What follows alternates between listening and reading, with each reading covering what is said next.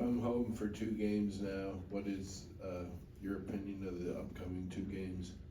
Well, they're although, you can make a case that we've had a lot of big games, but they're the two biggest games we played at home to date, because of obviously the ramifications of what could possibly be if we're able to take care of business and what would happen if we don't. So, yeah, they're huge games, and both hard games and two teams we haven't played in a long time.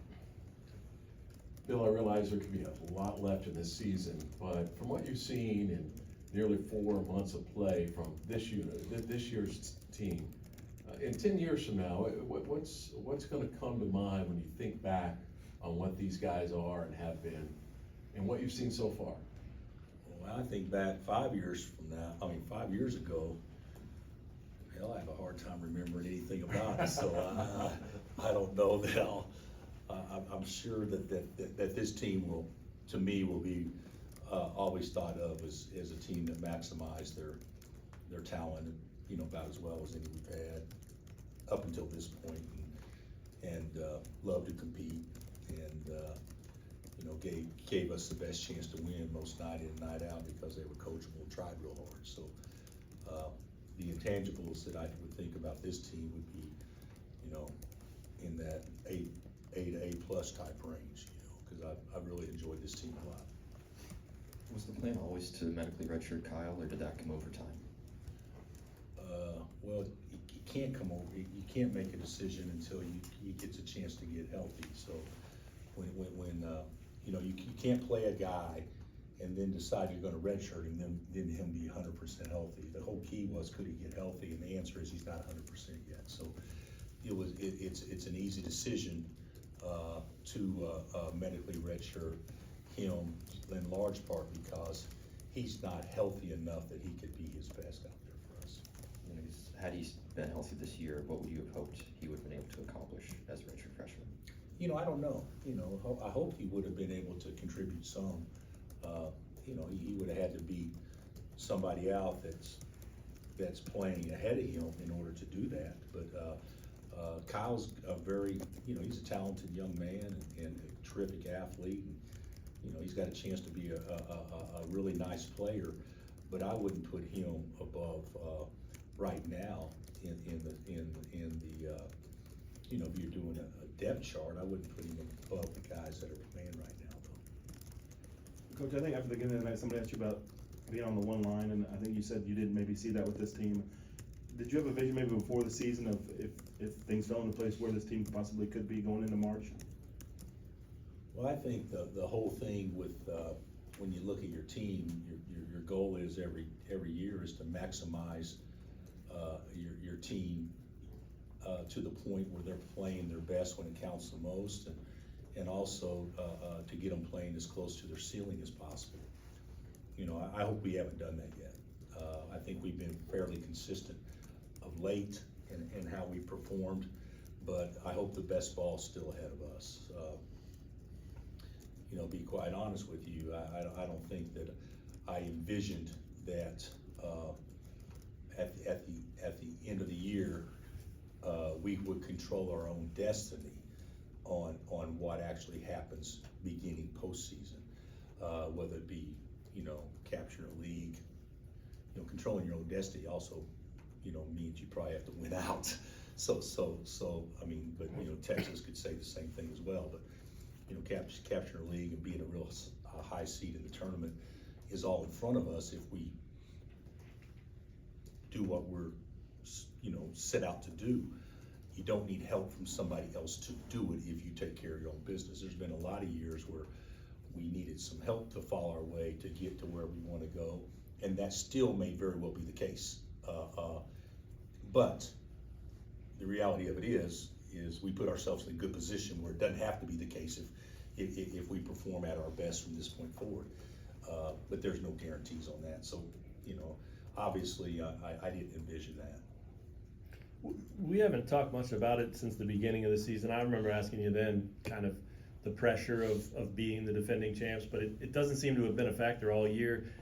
Has it been in the way of pride at all? I mean, when you did hit that lull, did that kick in another gear for these guys to say, hey, we're better than this or anything? Well, I think the whole deal is whenever you don't play well, the message to your team is always, hey, we're better than what we're playing, guys. But you brought up something I hadn't thought about in months. Right. Was us being the defending national champions. I don't think like that. I probably thought I would going into the season, but once the season starts, that was totally irrelevant. You know, we've asked our guys to, and we've even said it to the media, it's time to move forward. And I think our guys have done a pretty good job with moving forward, knowing this is totally different than last year. Do you think it picks up as the weeks move on now? I mean, you're starting to see people nationally writing about repeating and the first team to have a chance to do that in a long time and those kinds of things because of how you're playing. Well, we're the only team that actually has a chance to do it this year, so. Fair. But to your point, there hasn't been, to my understanding, and I can't speak positively on this, but I don't think there's been very many teams that won it and the next year put themselves in a position to be talked about in a way maybe that we're getting talked about now, but you know, that's still, it's just talk, that doesn't mean anything. Sure. First game with West Virginia, you mentioned it was a while ago. What do you remember about that? Well, I watched the game this morning. You know, I remember we made shots early and we got off to a comfortable lead and we kept them at an arm's length the entire time. We finished the half poorly, but they only got it to 6 or 5 or something like that. And then we extended it back out the second half.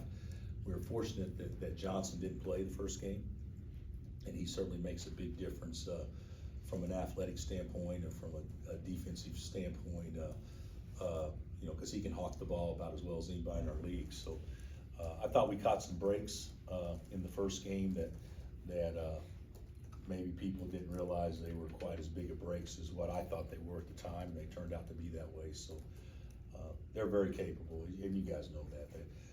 What are they, 26, 25, whatever they are in the net?